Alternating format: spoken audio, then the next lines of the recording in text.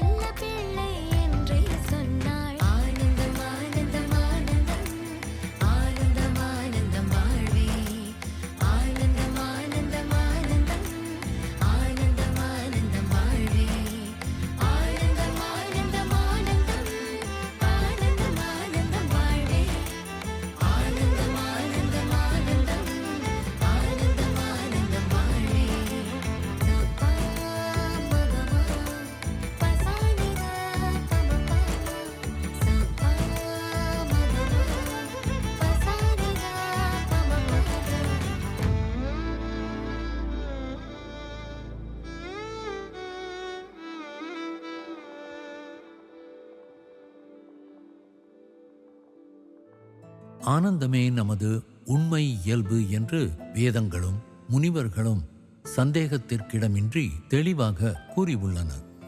பிரம்மம் என்றால் ஆனந்தம், எல்லையற்ற ஆனந்தம், அகண்ட ஆனந்தம், நித்யானந்தம், பரமானந்தம். பிரம்மத்தை அறிந்தவர் பிரம்மமே ஆகிறார் என்கிறது வேதம். ஆனந்தத்தை அறிந்தவர் ஆனந்த வடிவாகவே ஆகிறார் என்பதே இதன் பொருள். சூழ்நிலை எதுவாக இருந்தாலும் அது அவரது இயல்பை, அவரது ஆனந்தத்தை தொட முடியாது. அவர் இருக்கிறார் என்று மட்டுமே கூற இயலும். அவரது உண்மை இயல்பு அப்படியே உள்ளது. எதுவாகவோ ஆவது இனி அவரில் நடக்காது. மகிழ்ச்சியாக ஆவதும் சரி, துன்பமாக ஆவதும் சரி. பரமனை அறிந்த ஞானியை பற்றி சங்கரரை விட வேறு யாரால் சிறப்பாக விவரிக்க முடியும்? அந்த மகாத்மாவை துயரமோ கலக்கமோ மகிழ்ச்சியோ செழிப்போ எதுவும் பிணைக்காது. அவர் உள்ளுரையும் ஆனந்தத்தில் நிலை பெற்றிருக்கிறார். இதனை பஜகோவிந்தத்தில் அழகாக காட்டித் தருகிறார் ஆச்சாரியர். யோகரதோவா போகரதோவா சங்கரதோவா சங்க விஹீனஹ யஸ்ய பிரம்மணி ரமதே சித்தம் நந்ததி நந்ததி நந்ததி ஏவ. ஆன்மீகத்திலோ அல்லது உலகியல் விஷயத்திலோ, கூட்டத்திற்கிடையிலோ அல்லது தனிமையில் ஏகாந்தமாகவோ எங்கே இருந்தாலும் சரி, யாருடைய மனம் பிரம்மத்தில் நிலை பெற்றிருக்கிறதோ அவர் எப்போதும் திளைத்திருப்பது ஆனந்தத்தில்தான். யோகத்தையும் போகத்தையும் கடந்து நிற்கும் அம்மாவை போன்ற மகாத்மாக்களை அவை எப்படி பாதிக்க முடியும்? பிரம்மத்தில் மனம் ஒன்றிய பேரருளாளர் தனிமையில் இருந்தாலும் சரி, கூட்டத்தில் இருந்தாலும் சரி, அவர் ஆனந்தத்தில்தான் நிலை பெற்றிருக்கிறார். மணிக்கணக்கில் தரிசனம் அளித்த பிறகும் அம்மா மகிழ்ச்சியோடும் புத்துணர்ச்சியோடும் இருக்கிறார். சோர்வின் ஒரு சிறு அறிகுறியையும் அம்மாவிடம் காண முடிவதில்லை. இது போன்ற தருணங்களில் நாம் தவறாமல் பாடக்கூடிய வரிகள் இது மட்டுமே. ஆனந்தம் ஆனந்தம் ஆனந்தம், ஆனந்தம் ஆனந்தம் வாழ்வே. அன்பு வடிவாகவும் ஆன்ம வடிவாகவும் இருக்கின்ற അനേവർക്കും വണക്കം. ലൈറ്റിനേക്കാളും വേഗമാണ് മനസ്സിൻ്റെ ഓട്ടം. എങ്ങനെ മനസ്സിനെ, കുരങ്ങ മനസ്സിനെ ഏത് പാവത്തിൽ കൂടിയാണ് അതിനൊത്തിരിക്കേണ്ടത്. நாம் ஒரு நூலை ஊசியில் கோர்ப்பதற்கு நூலின் முனையை நீரில் நனைத்து திருகி திருகி கூராக்கினால்தான் ஊசியில் நுழைக்க முடியும். அதுபோலவே நமது அகங்காரத்தை குறைத்தாலே நாம் ஆத்மாவின் உலகத்திற்குள் நுழைய முடியும். நமது அகங்காரத்தை தவிர பாக்கி எல்லாம் இறைவனின் படைப்பே. நாம் படைத்ததை நாம் தான் மாற்ற வேண்டும். நாம் கொண்டாடும் அகங்காரம் நீர்க்குமிழி போல் உடைந்துவிடும். நம் கண்ணோட்டம் எப்படியோ அதுவே செயலில் பிரதிபலிக்கும். நாம் ஊதுபத்தியை ஏற்றி இப்படி இப்படி சுற்றும்போது வட்டமாய் தெரிந்தாலும் உண்மையில் அது நிஜமல்ல, சுற்றுவதால் அப்படி தோன்றுகிறது. இதையே திருஷ்டி தோஷம் என்பார்கள். திருஷ்டி தோஷத்தை தான் நாம் நீக்க வேண்டும். எந்த நிற கண்ணாடி அணுகிறோமோ அதே நிறத்தில் காணும் நம் குறைபாட்டை நீக்கி சரியான கண்ணோட்டத்தை கொண்டு வர வேண்டும். அதுவே ஆத்ம உலகிலான விழிப்பு. இருட்டில் ஒரு தூணை கண்டால் அதில் ஒரு காதலன் தன் காதலியை காணக்கூடும். ஒரு திருடனுக்கு அது போலீஸாய் தோன்றும். போலீஸ்காரர் அதை திருடன் என்று நினைக்கலாம். பேய் மீது பயம் உள்ளவர்கள் அதை பேய் என்று நினைத்து பயப்படலாம். யார் எப்படி நினைத்தாலும் இறைபக்தி உள்ளவன் அதை கடவுளே என்று கும்பிடுவான். அவன் மனோபாவம் அப்படி. ஒரு புழுவிற்கு பூ என்பது உணவாகும். ஒரு விஞ்ஞானிக்கு அது ஆராய்ச்சி செய்யும் பொருள். பூ ஒன்றுதான். அதுபோலவே ஒரு கவிஞன் அந்த பூவை வர்ணித்து கவிதை எழுதுவான். ஒரு இறைபக்தன் என்ன செய்வான்? அதே பூவை கொண்டு இறைவனுக்கு அர்ச்சனை செய்வான். ஒவ்வொருவரின் கண்ணோட்டமும் மனோபாவமும் வித்தியாசமாய் இருக்கும். அவரவர் கண்ணோட்டமும் மனோபாவமுமே செயலை தீர்மானிக்கிறது. எனவே இந்த இரண்டையுமே நாம் மாற்ற வேண்டும். எதிலும் நம்மை பொறுத்தே நம் படைப்பும் அமைகிறது. மண்ணை குழைத்து பூதத்தின் உருவையோ இறை உருவையோ உண்டாக்கலாம். நாம் சாஸ்திரங்கள் படிப்பது அவசியம். அவை ஞானியரின் அனுபவங்கள். அவர்களின் நிலைக்கு உயர நாம் முயல வேண்டும். ஒரு மிக்சி வாங்கினால் அதை எப்படி இயக்க வேண்டும் என்பதற்கான ஒரு கையேடு இருக்கும். அதை கவனிக்காது விட்டால் மிக்சி எரிந்து போகும். தொடர்ச்சியாய் மிக்சியை ஓட்டினால் அதன் மோட்டார் எரிந்து போகும். அதை தெரிந்து கொள்ளத்தான் கையேடு இருக்கிறது. அதை படிக்காமல் விட்டு விடுகிறோம். டிரைவிங் கற்காமல் வண்டி ஓட்டுவதை போலத்தான் அது. ஆன்மீகம் குருட்டு நம்பிக்கை அல்ல. நம்மை புரிந்து கொள்ளவும் அக விழிப்புணர்வை பெறவும் அது வேண்டும். சுய விழிப்புணர்வு என்னும் டார்ச் உபயோகித்து ஆத்ம சாட்சா்காரம் என்கிற தத்துவத்தை கிரகித்து நாம் முன்னேறி செல்ல வேண்டும். இன்று எல்லா தரப்பினருக்கும் கல்விக்கடன் கிடைப்பதால் 98% பிள்ளைகள் படிக்கிறார்கள். படித்தால் வேலை கிடைக்கும். ஒரு என்ஜினியர் ஆகவோ நர்ஸாகவோ ஒரு கிளார்க்காகவோ ஆகிறார்கள். அவர்கள் எல்லோருக்கும் அந்த திறன் இருந்தது. பழைய காலத்தில் அந்த வாய்ப்பில்லாததால் திறமைகளை வெளிக்கொண்டு வரும் சூழ்நிலை அமையவில்லை. ஒரு பேனாவை உபயோகிக்காதிருந்தால் மை காய்ந்து விடுவது போல, இரும்பு பயன்படாது கிடந்தால் துருப்பிடிப்பது போல நம் திறமைகளும் வீணாகிவிடும். நம்முடைய திறன்களை உபயோகிக்கும் போதும் நம்மை நாமே உயர்த்தும் போதும் கூடுதல் சக்தி வந்தடைகிறது. சாமானிய மனிதன் மின்கம்பம் என்றால் தபஸ்வி ஒரு டிரான்ஸ்ஃபார்மரோ ஒரு ஜெனரேட்டரோ ஆகலாம். அவசியமில்லாது வம்பும் வீண் பேச்சும் பேசாமல் மனதை ஒருமுகப்படுத்தினால் நமக்குள் சக்தி வந்து சேரும். அதுவே தவசக்தி ஆகிறது. சயின்ஸ் எல்லாம் எனர்ஜி என்று சொல்கிறது. ஒரு பாட்டு பாடினால் அது அலை போல் பரவும். அங்கே எனர்ஜி என்பது அதிர்வலைகளாகும். அதை போல ஒரு பூவை எடுத்துக்கொண்டாலும் அந்த பூவையும் சைதன்யமாய் காணும் ரிஷிகளுக்கு சர்வம் பிரம்மமயம் ரேரே, எல்லாமே இறைமயம்தான். ஆன்மீகம் எல்லாம் சைதன்யமே என்கிறது. புரிந்து கொள்ளும் விவேகம்தான் நமக்கு வேண்டும். வானில் பறக்கும் பறவை அதன் போக்கில் பறந்து போகட்டும். அதை போய் நம் தலையில் கூடுகட்ட அனுமதிப்பது போலத்தான் தேவையில்லாத சிந்தனைகளை நம் மனதில் அனுமதிப்பதும் அவற்றை சுமப்பதும். எனவே விட்டுவிடுங்கள். தமது போக்கிலேயே பறவைகள் பறந்து போகட்டும். கூடுகட்ட அனுமதித்தால் பின் கூட்டை சுமந்து நாமும் நடக்க வேண்டி வரும். அதனால் பாரத்தை இறைவனிடம் சமர்ப்பியுங்கள். ட்ரெயினில் ஏறிய பிறகும் தலையில் மூட்டையை சுமந்தவாறு ஒருவன் அழுகிறான். ஐயோ, தாங்க முடியாத பாரம் தலையில், சுமக்க முடியவில்லை. நீ ட்ரெயினில் ஏறியாயிற்றே, இறக்கி வைக்கலாமே. கீழே வைத்தாலும் தலையில் வைத்தாலும் ட்ரெயின் தானே சுமக்கிறது, நீ ஏன் சுமக்க வேண்டும்? ஐயோ, எனக்குத்தான் டிக்கெட் எடுத்தேன், சுமைக்கு எடுக்கவில்லையே. எப்போதும் ஏதாவது ஒரு காரணத்தை தானே உருவாக்கி வருத்தப்படுவது. நமது கற்பனையில் பிரச்சனையை உருவாக்கி வருத்தப்பட்டு கொண்டிருப்பது மனதின் ஒரு குறைபாடுதான். பக்தனின் மனோபாவம் வேறு விதம். அவன் இறைவனிடம் சமர்ப்பித்து தன்னால் ஆனதை செய்கிறான்.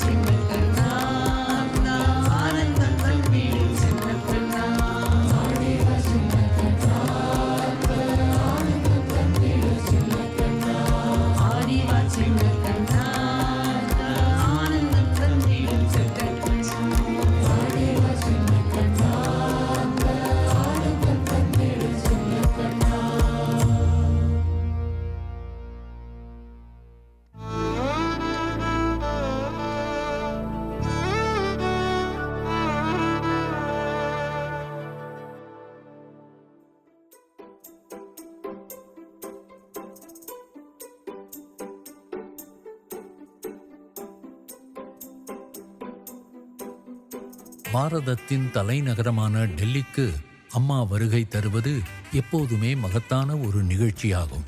அம்மா ஒரு தேசிய பொக்கிஷம். டெல்லி பக்தர்கள் அம்மாவை வரவேற்று உபசரிப்பதில் மிகுந்த பெருமை கொள்கிறார்கள். அவரது வருகையில் அவர்கள் இதயங்கள் உருகுகின்றன. அவரது திருச்சந்நிதியில் அவர்கள் திறந்த மனதுடன் அனைத்தையும் ஏற்கும் மனப்பாங்கை பெறுகிறார்கள்.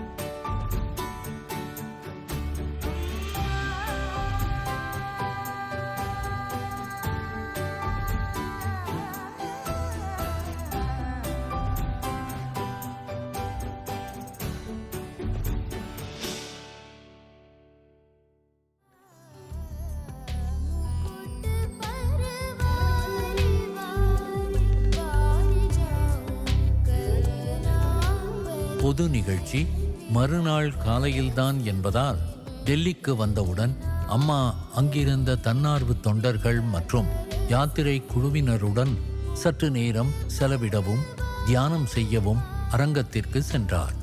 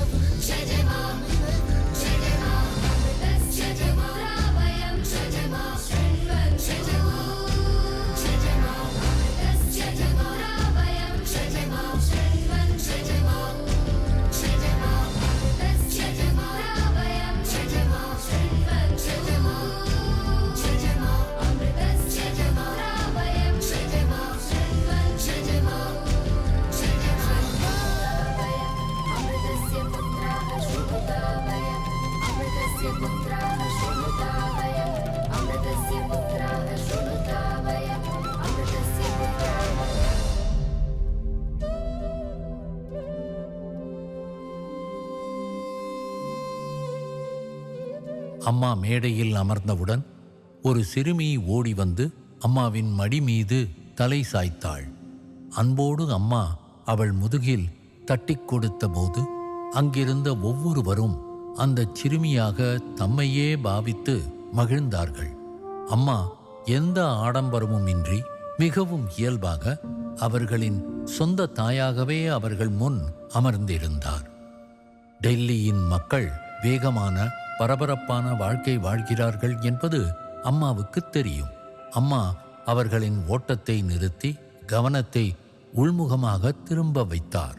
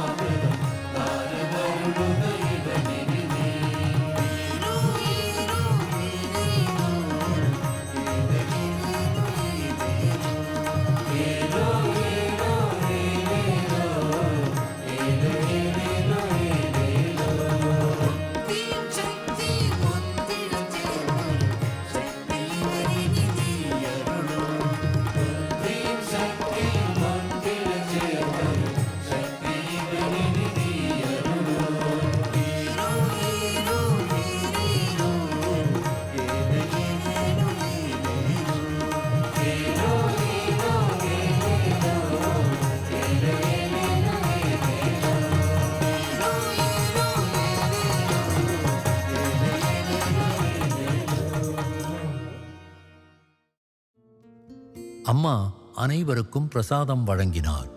அம்மா அனைவரையும் தங்களின் கவலைகளை மறக்கச் செய்கிறார். அவர்கள் நினைவில் என்றும் நிற்கும் தெய்வீக தருணங்களை வாரி வழங்குகிறார்.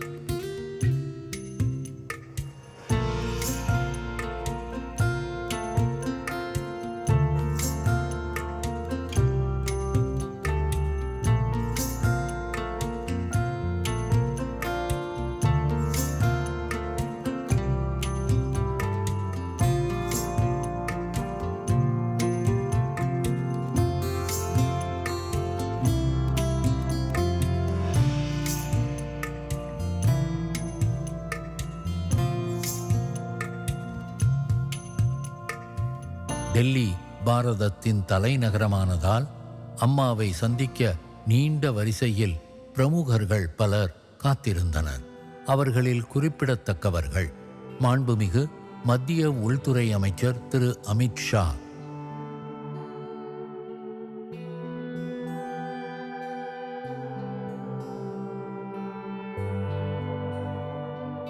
முன்னாள் நிதி மற்றும் நிறுவன விவகாரங்கள் துறை அமைச்சர் திரு அருண் ஜேட்லி,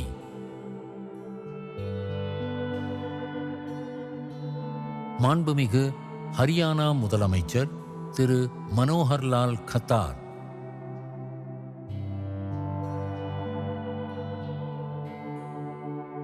பிரசார் பாரதி தலைவர் திரு சூரிய பிரகாஷ், சமாஜ்வாடி கட்சித் தலைவர் திரு அமர் சிங் மற்றும் மாண்புமிகு துணை ஜனாதிபதி திரு வெங்கையா நாயுடு.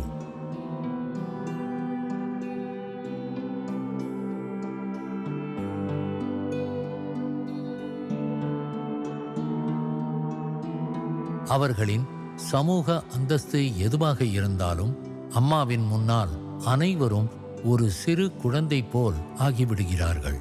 அம்மாவின் அன்பு பெருங்கடலில் அவர்களின் சுமைகளெல்லாம் கரைந்து போகின்றன.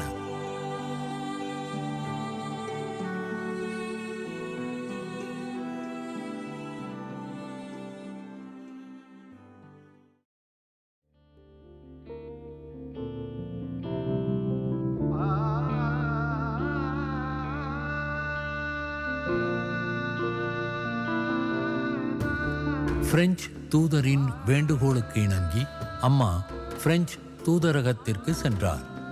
அங்கே இந்தியாவிற்கான பிரெஞ்சு தூதர் திரு பிரான்சுவா ரேஷே அம்மாவின் வருகைக்காக காத்திருந்தார்.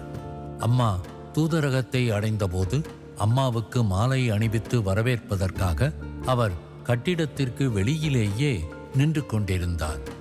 தூதர் ரைஷர் அம்மாவிற்கு தூதரகத்தை சுற்றி காட்டினார். அம்மா தூதரக வளாகத்தில் ஒரு மரக்கன்றை நட்டார்.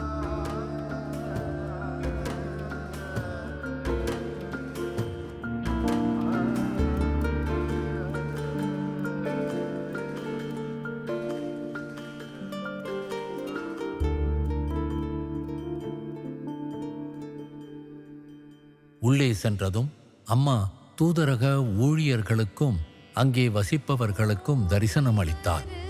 அம்மாவுடன் நெருக்கமாக இருக்க கிடைத்த வாய்ப்பை அவர்கள் பாக்கியமாக கருதினர். இருமை இருக்கும் இடத்தில்தான் வேறுபாடுகள் தோன்றுகின்றன. அம்மா அனைவரிலும் அனைத்திலும் தன்னையே காண்கிறார். அம்மா எப்போதும் ஆனந்தத்தில் நிலைத்திருக்கிறார். தமது தரிசனத்தின் மூலம் அந்த ஆனந்தத்தின் ஒரு சிறு துளியை நம்மையும் அனுபவிக்கச் செய்கிறார்.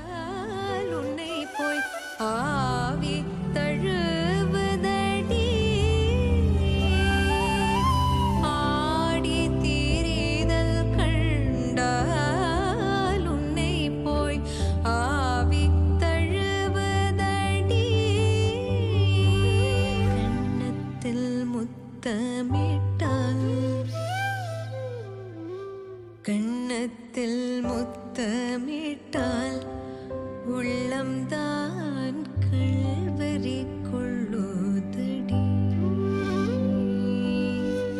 கண்ணத்தில் முத்தமிட்டால் உள்ளம்தான் கொள்ளுதடி கண்ணத்தில் முத்தமிட்டால் உள்ளம்தான் அடுத்த எபிசோடில் பாரதத்தின் தலைநகரமான டெல்லியில் நடந்த அம்மாவின் நிகழ்ச்சியில் பங்கெடுக்கலாம்.